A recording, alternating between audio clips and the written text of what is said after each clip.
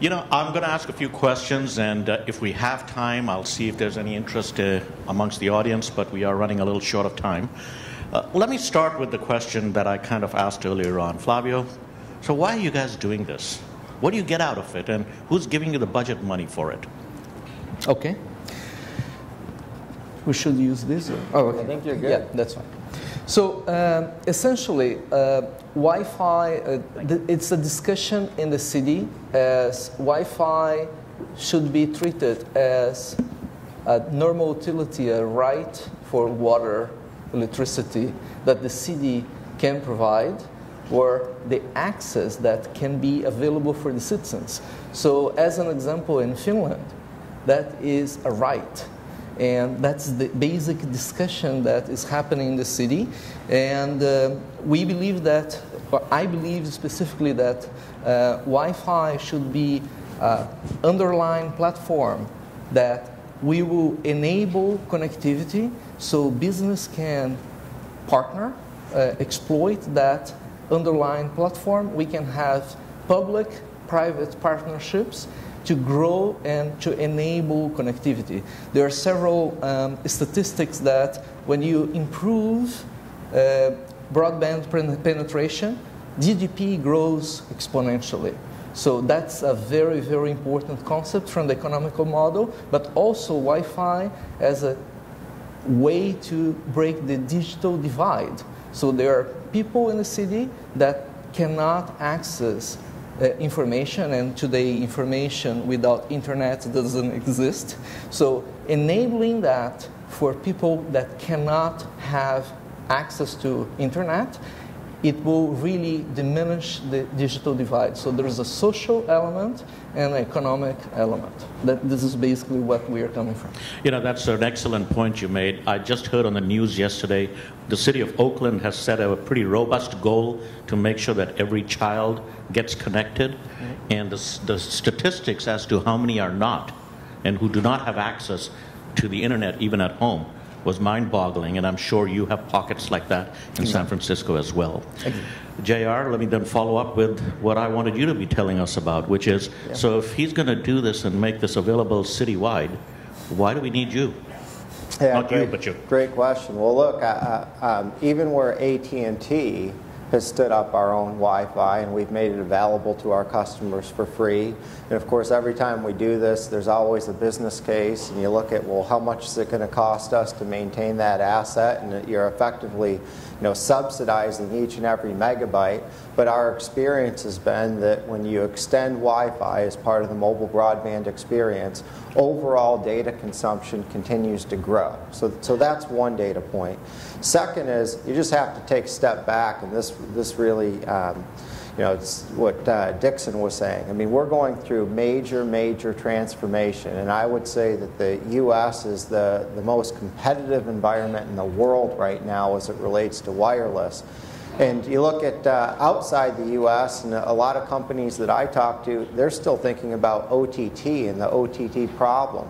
We really don't have an OTT problem here, and that's because services like voice and SMS, they're largely commoditized. So you see, mobile value share plans where you get unlimited voice, you get unlimited text. So we took the commoditized services and we basically give it to the customer as part of our plans. And I think we had the foresight at AT&T long ago to recognize that as much as connectivity is the foundational layer, you got to have ubiquitous connectivity, and you want to drive the best experience possible. You can't rely solely on connectivity, and that's why we're doing things like digital life and the connected car. We're becoming more of an application and a software-oriented business, and Wi-Fi fits into that overall experience. Great. Dixon, you had a comment? Yeah, I just wanted to make the observation, there's a pretty well-known ranking of all of the countries in the world in terms of the broadband connectivity percentages, and the U.S. continues to, I think, come up in those rankings somewhere in the mid-teens, the high teens, and the leaders are countries like South Korea and Japan and several of the Nordic countries.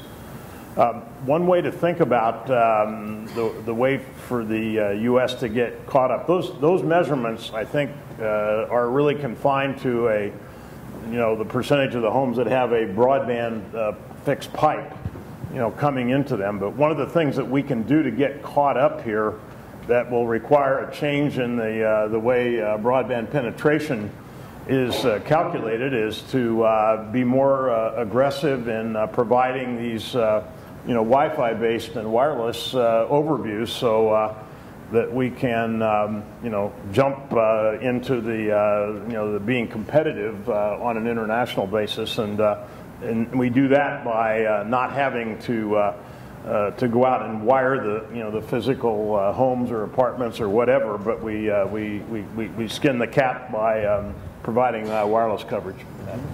So Dixon, let me ask you a follow-on question. There is a perception, and first of all, I'd like you to tell me whether it's correct or not, and I've certainly heard this more and more recently. And the perception is that if you're an entrepreneur and you're trying to build a business plan, but it is a carrier-centric plan, that your odds or chances of getting funded are pretty slim. Is that true or not? Or it's certainly getting harder? You asked two questions. You asked whether it's true or not, and then you asked what the perception is. I actually think that it's pretty true. To be quite frankly, I've been looking at statistics on the amount of communications-related investments in the venture capital industry, and they've been coming down pretty much for the last 10 years. And this is all a result of the efforts by ZTE and Huawei to go around and destroy the equipment marketplace in the world. Fortunately, we have companies like Ruckus, that Selina, who I've had the pleasure of working with back at Foundry and Centillion as well. We have identified some important new sectors that that we've been able to be successful in, but I don't know. It's an interesting question. I think that there could be some changes on the horizon when a time when communications investing along the lines of that fill in the gaps or the solve the pain points, of some of which I was talking about in the earlier observation, will become more attractive. But I like many great investors like to go in and invest in sectors when everybody else thinks they're out of favor. So that's the way I'm approaching it. And got it. But if there's any entrepreneurs out there, don't take my comments in a negative way. I think it's all about the value proposition, the quality of the team, and things like that. Because the older I get, the more I pay attention to the people. Not conventional wisdom. There you go. Hey, Mark, let me turn to you then. And given that answer, I love what you're doing at the Foundry. I think it is very much needed. But how do you react to that? I mean, how do you convince these entrepreneurs out there that, hey, no, we're still a good market for you to be going after? We've heard that before, and we've also, I would describe that a lot of entrepreneurs tell us, working with the carriers like dancing with an elephant, it's easy to get squashed. And that's part of why we exist, right? So it's an environment where we work with smaller companies, where we don't pass over smaller entrepreneurs or new ideas for just the same vendor roadmaps that we've always paid attention to. And there have been some great examples. I'll give you one, a small company that we worked out of Israel with. They had a technology that helped self-optimize our network. So the very hard problem of handoff was solved by a software algorithm that we could put into our network. So we worked with this company to trial it in the Foundry, rolled it out for a small market trial during the beta breakers or foot race here in San Francisco. Saw great improvements in drop call rates because it was optimizing the call handoff better. We ended up rolling it out statewide, nationwide, and we saw a significant drop in improvement in drop call rates based on this little company called Inticel. They went on to get purchased by Cisco for $475 million. And we got the technology integrated into our network for a better experience. So we're definitely looking for these sort of opportunities. Oh, okay, I'll be back to you if I have time. Yeah. Selina, I have a question. And you know me, I'm not a technologist. But as a consumer, I kind of look at Wi-Fi and I say, hey, Wi-Fi is Wi-Fi, you know, wherever I go. And it all seems to me, at least, work just as well, no matter where I am. So how do you differentiate what you have? What is it that differentiates your products? Well, there's Wi-Fi. Public Wi-Fi is a little more challenging. It cannot work, you know. I'm sure all of you have had experience of going onto a network that doesn't work. And that's because when you build a public Wi-Fi network, there's all kinds of interference around you. In New York City, we have our customer Tower Stream told us that around Times Square, any point of time, you have 300 other networks around you. And so some of these neighbor networks are going to be too close, too loud, running on the same channel, and you can't manage them. So how do you deal with that? And that's the area of innovation where Ruckus really made a difference with our technology. You know, if you think about this Internet of Things world that we are rapidly heading into, and some would say we're already there, you hear statistics like 50 billion connected devices all over the world. Does that create new and unique challenges and opportunities? What happens? I'm always, you know, amazed that you can have these 50 billion things, or my wife and I can be sitting in the room, each one of us on the network, and somehow my message doesn't go on to her, and vice versa. How do these things stay separated? And does that get more difficult? Yeah, I think it absolutely gets more difficult. Is my mic on? Can you hear me okay? Can you hear JR in the back? My mic on? Okay. How's that? Nope. No? Okay. So, Jahangir Mohammed, who, as you know, he's the CEO of Jasper Wireless. AT&T works very closely with Jasper. And, you know, he would tell you that two things are needed. One is that authentication on machine-to-machine devices is just as important as authentication on a smartphone or tablet. And secondly is security. And you look at where a lot of the sectors and the verticals where these will be going, it's things like e-health, it's things that are going to drive financial transactions and e-commerce. So I think it's critically important. It becomes more complex, and it's something that we as an industry have to address, especially things like e-health. These are, you know, may seem like a simple device that's just pulling, you know, a few simple data points, but that could make a difference between life and death. Flavio, let me come back to you. You said something, I think, and I want to make sure I got it correctly. You said that people using your public Wi-Fi networks, whether it's in the parks or Market Street, you are not tracking what they're doing, you're not doing anything with that data. A lot of other people sit there, and you look at the carriers in particular, and you look at the Googles of the world, and what they want is that data. So why would you not gather that data and try to figure out how to monetize it? I'm a taxpayer. I'd like to see you get some revenues. Absolutely.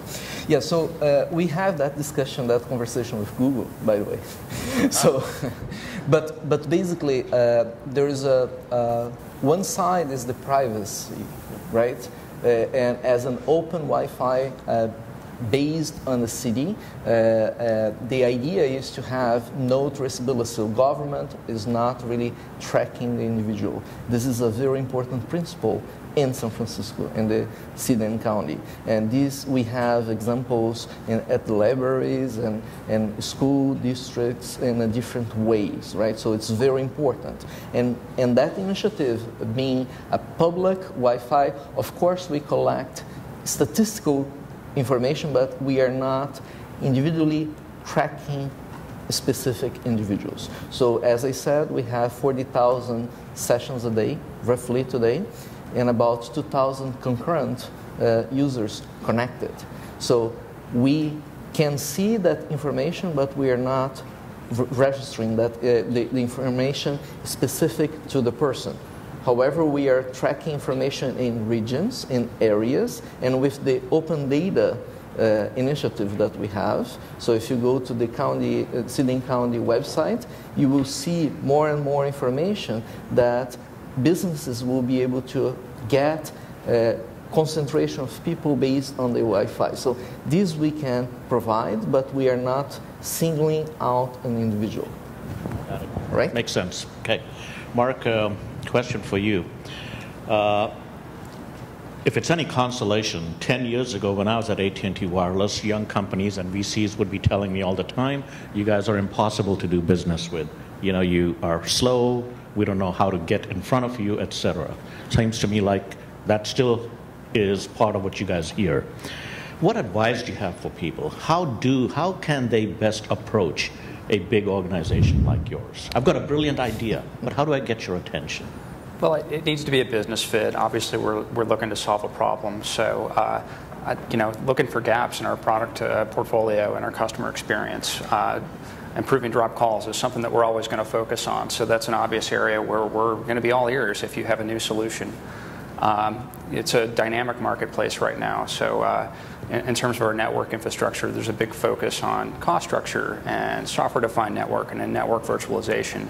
Those are areas where we spend a lot of time in addition to the consumer use cases where I went over. So I would just say to look at our marketplace, understand some of the dynamics that Mr. Dahl covered earlier, and those are the areas where we'll be focused. So do you guys? I'm sorry. Jump in, Please. If you look forward a little bit in time, and let's assume that the DirecTV merger, closes sometime early next year. AT&T going forward after that then is going to be one of the biggest suppliers of video and mobile applications. And I can tell you from the last 3.5 years that I've spent working on behalf of DirecTV, one of my jobs was to introduce them to innovative companies here in Silicon Valley and get into all the issues associated with managing content.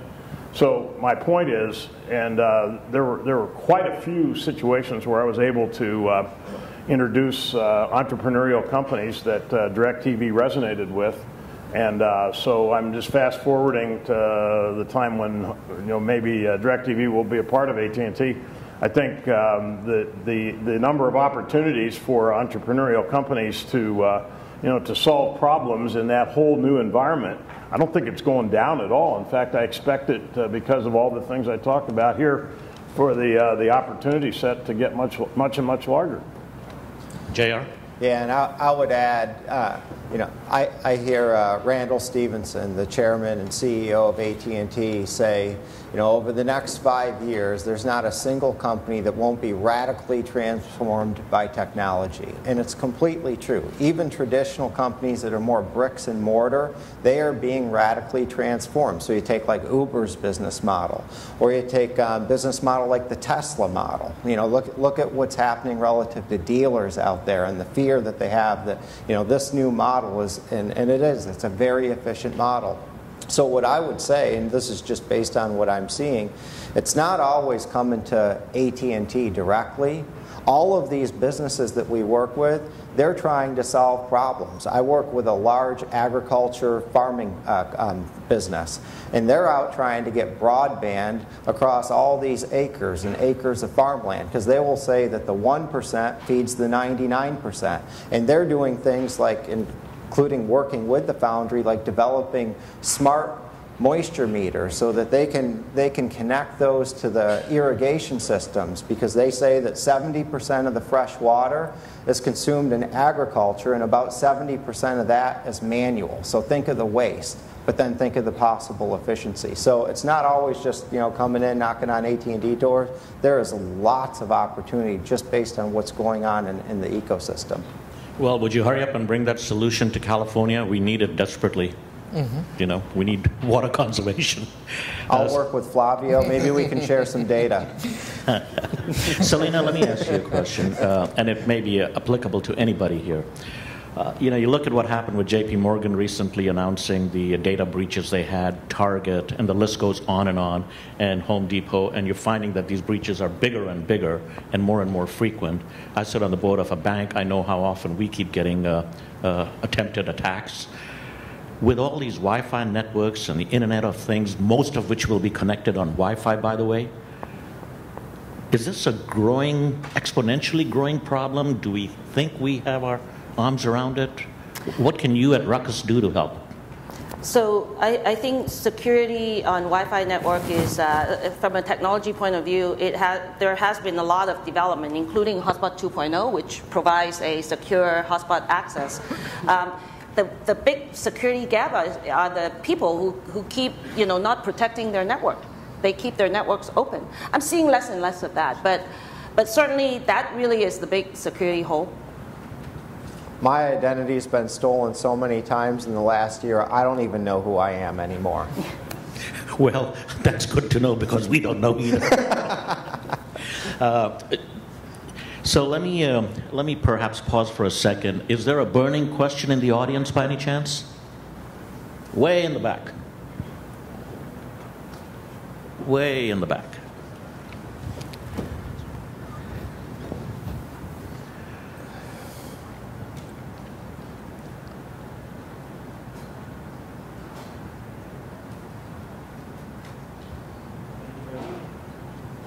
Not working.